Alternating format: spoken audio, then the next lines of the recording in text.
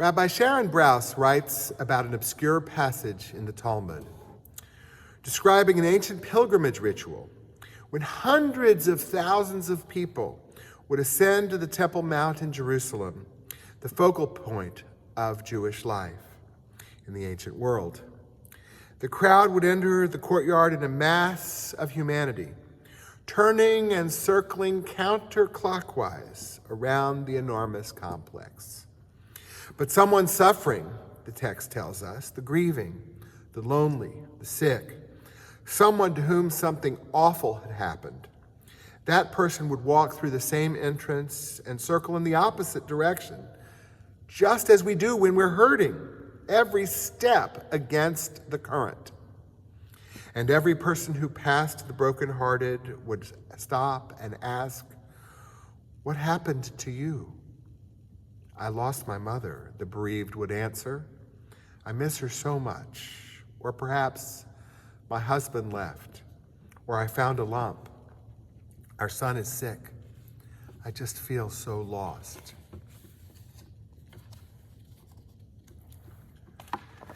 And those who walked from right to left, each one of them, would look into the eyes of the ill, the bereaved, the bereft.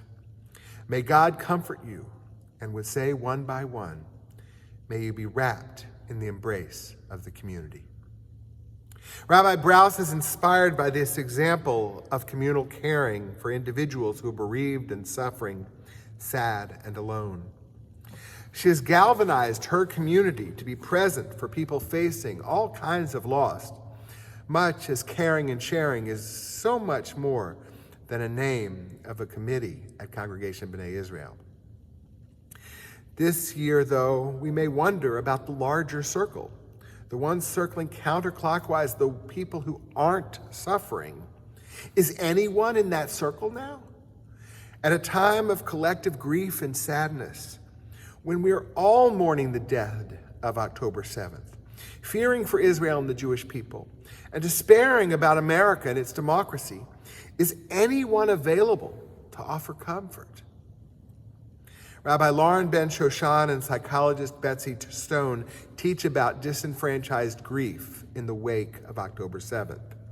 Sometimes they write this kind of grief occurs over a stereotypically less recognized relationship, like the death of an ex-spouse, a good friend, or a pet.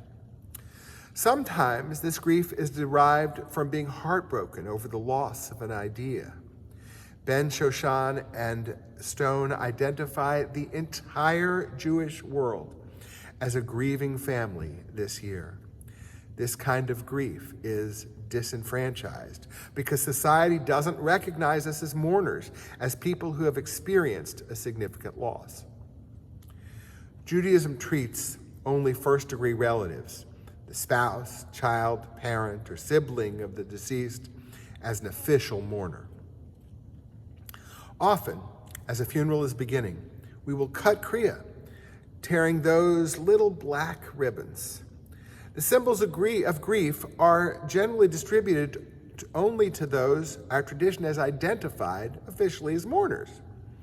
When I've been the one handing out those ribbons, though, I try to be attentive to the faces in the family room.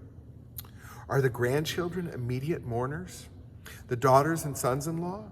Nieces and nephews, perhaps?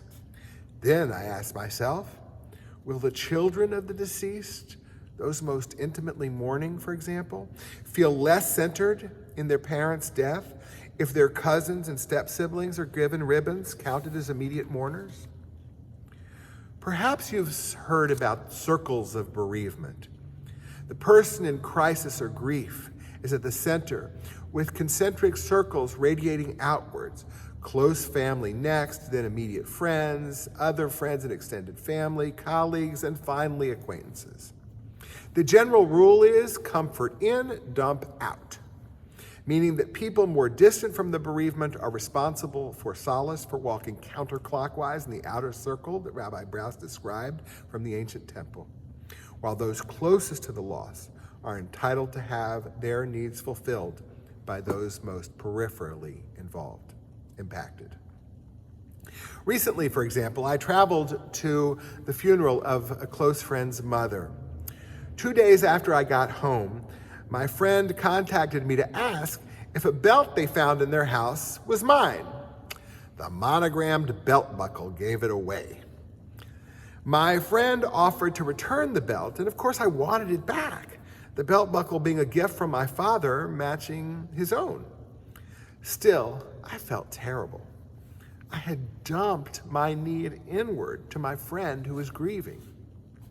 I offer this example because at times those of us offering comfort also have needs, even if we don't leave a treasured possession behind at a house of mourning 1,000 miles away. At a funeral, I try to pay particular attention to attendees who have recently experienced their own bereavement, as their grief may be reignited by a return to the cemetery or by the prayers they recently heard when burying their own.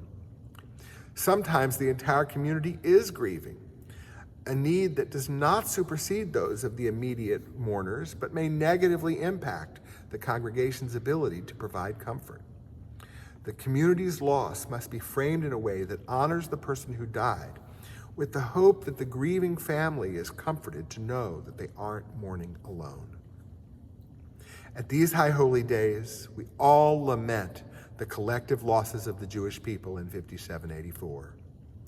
At this service, though, those whose dear ones have died take precedence. The rest of us are obligated to push ourselves to the outer circle, to walk counterclockwise, to see the more immediate pain, and to offer comfort. Privately acknowledging our own disenfranchised grief, we may give ourselves permission to feel sad too.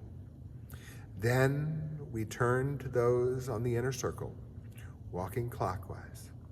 Look into the eyes of the ill, the bereft, and the bereaved. May God comfort you, we say, one by one. May you be wrapped in the embrace of our community.